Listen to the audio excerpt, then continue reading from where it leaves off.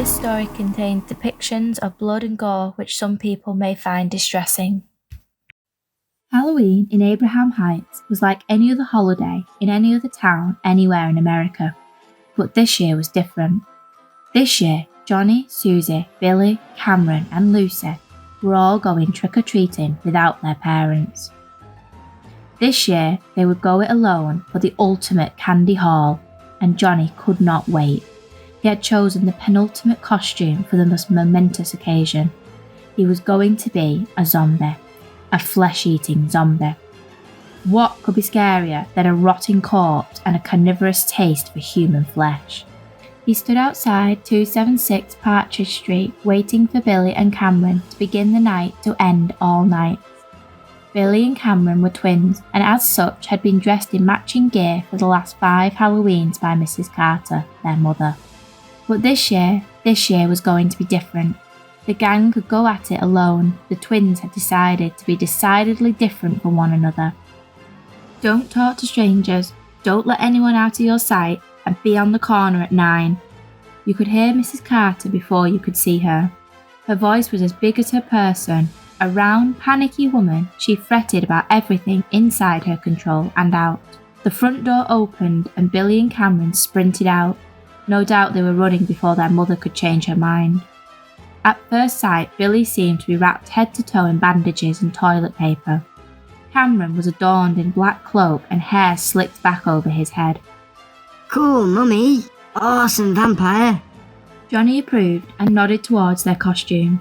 The twins had spent most of their young lives taking down anyone who had a sore word to say about their matching outfits, which meant despite the crude and somewhat lacking costumes, Johnny had nothing amiss to say. Where's the girls? Just as Cameron had uttered the last, Lucy and Susie rounded the corner of Partridge Street. Dressed as a witch and her black cat, the girls buzzed with excitement. Come on, let's go, it's candy time! Lucy, dressed as a witch, spun in a circle, her dress and cape billowing behind her. The boys nodded to each other and the group started to move. The first house they had decided to hit had a new neighbour. All kids knew the hot spots in the houses likely to give out candy and the ones likely to lock and bolt the door and pretend to be asleep by 7:30. New neighbours were fair game. They often wanted to impress their friends and make a good first impression, so they were more likely than not to go overboard on the candy.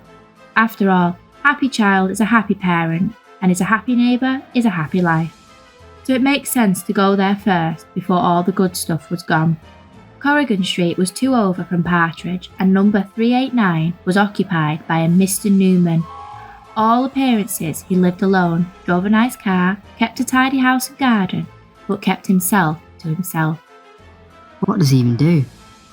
Cameron, ever the skeptic, was frowning at the house. My dad said he's some sort of doctor, but not the kind you want to see if you're sick. Susie adjusted the cat ears on her head and smoothed out her detachable tail. The group approached the front door. There was no decoration, no witches or ghouls, no vampire or werewolf, not even a bunting or fake cobweb.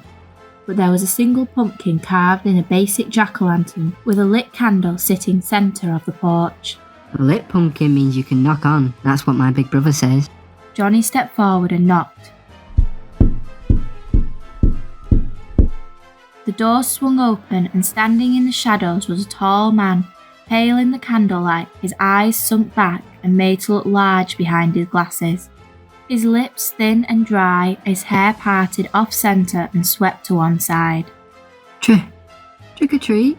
Johnny barely made the sentence audible. He was taken aback by the appearance of the man. He looked like he hadn't slept for weeks and to Johnny's mind was scarier than any decoration he could have put up. Happy Hallows Eve. I suppose you want the candy? The group nodded, unable to form a response.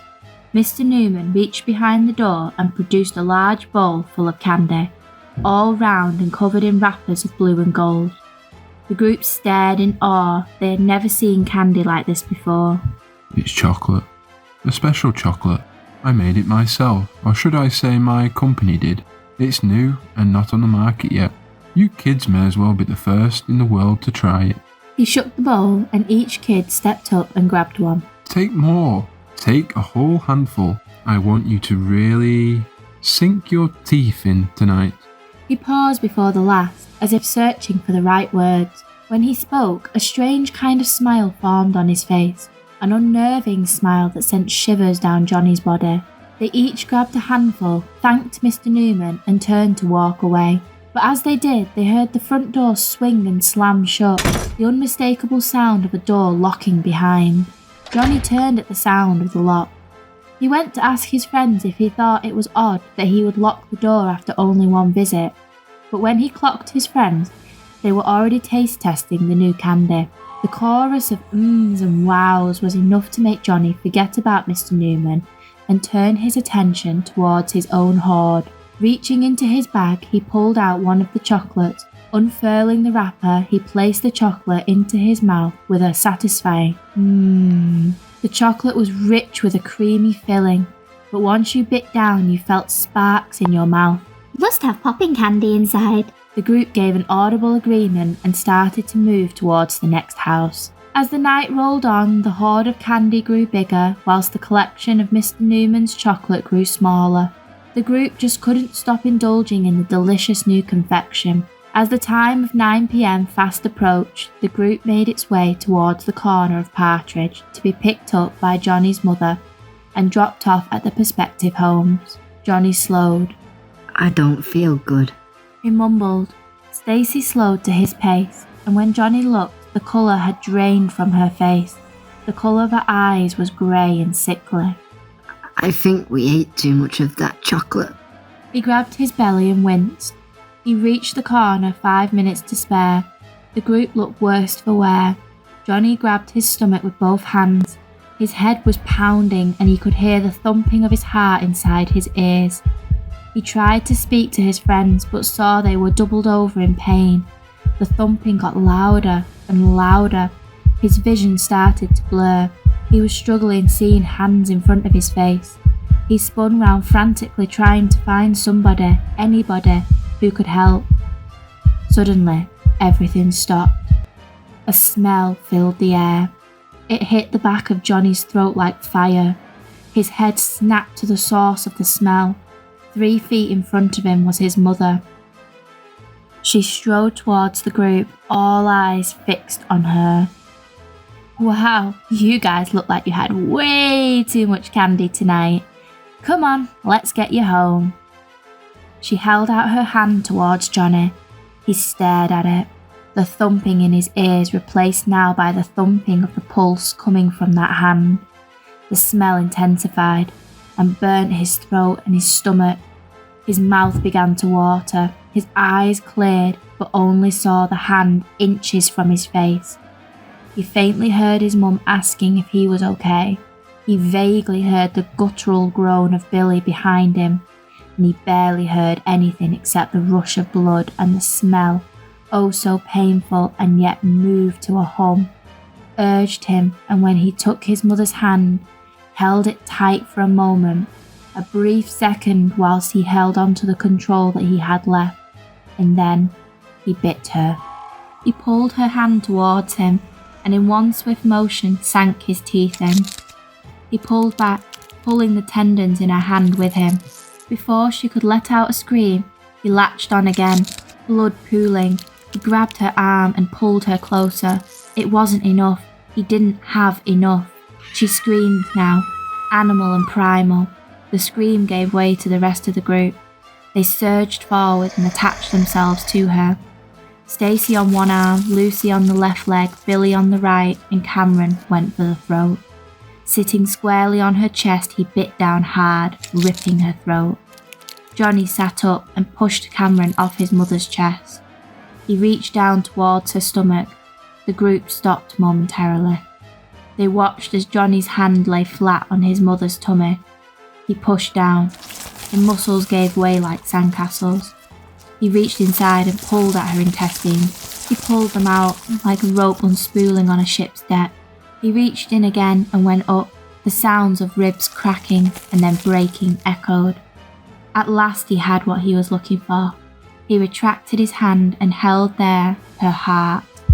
He paused only for a moment before biting down into the once beating heart of his mother. the group snarling and moaning as they each attacked the centre of her stomach, ripping, gnawing, clawing, demolishing what was left.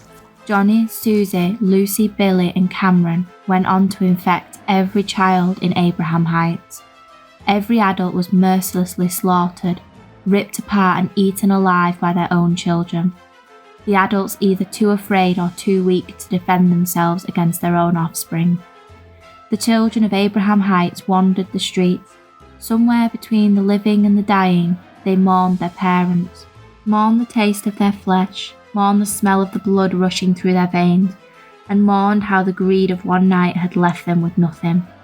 Nothing save for one man, locked away in the attic of his home, barricaded against the children of the town and their insatiable appetite. The man who had given 5 innocent children the chocolate that had started an epidemic. A man who now, as he held a phone to his ear, watched from the window as 2 children roamed the street, their eyes hollow and lifeless, their bodies contorted and ashen, their very speech removed and forgotten, replaced by a primordial sound of hunger. The line picked up. This is Newman. It's done. Just 5 of them. They infected the rest. No one. There's no one left. Hi guys, thanks for watching. Don't forget to like, subscribe, hit that bell. We'll see you all again soon when I can think of a story. And I can bring it to life. Till then, enjoy that brew.